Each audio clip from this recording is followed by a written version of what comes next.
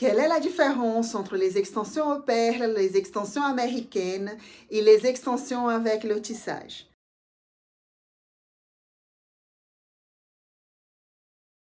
Comme ça va? Je suis Cléide Farias, coiffeuse avec un BP en coiffure et spécialisée plus particulièrement dans l'univers des extensions de cheveux. Dans cette chaîne, j'ai comme but de vous enseigner le métier d'extensionniste, que vous soyez déjà coiffeuse ou que vous venez de découvrir le milieu.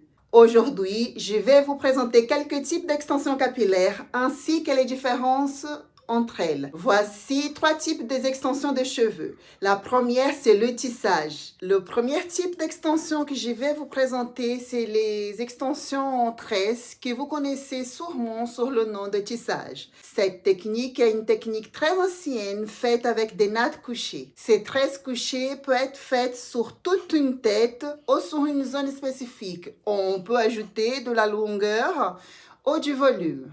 Avec les extensions comme le tissage, vos cheveux sont totalement recouverts, c'est-à-dire que nous allons tresser la totalité des cheveux de la cliente, puis nous allons coudre de mèches d'extension tissées. Ça veut dire que même si vous avez par exemple des cheveux crépus, vous pouvez poser des extensions lisses, rousses, sans intervention chimique. Ça s'appelle le tissage fermé. Nous pouvons aussi tresser des zones spécifiques que nous allons appeler des demi-têtes. Dans ce cas, il y a une grande partie de nos cheveux qui sont libres. Nous pouvons avec cette méthode varier de coiffure.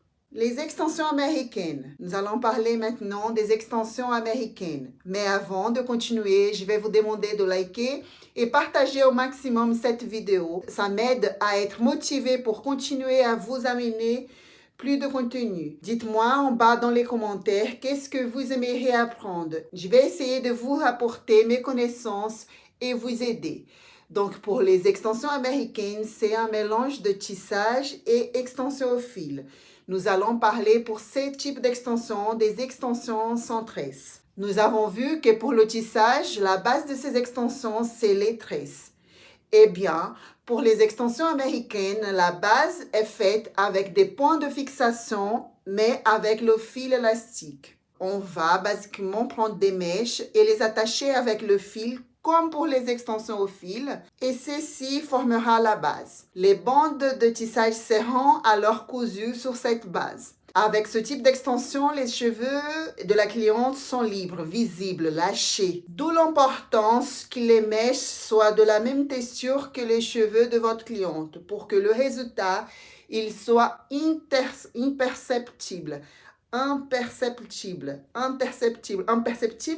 pour que le résultat il soit parfait. Les extensions aux perles. Nous allons parler maintenant des extensions aux perles. Ces extensions sont un mixte d'extensions microlink avec le tissage. Sa base est faite avec les anneaux appelés micro-rings. Une fois cette base faite, nous avons 2 façons de poser la bande de tissage. La première façon, c'est tout simplement poser la mèche directement avec les micro-links sans aucune couture. La deuxième façon, c'est de faire une base sur des zones spécifiques pour ensuite coudre des bandes d'extension sur cette base.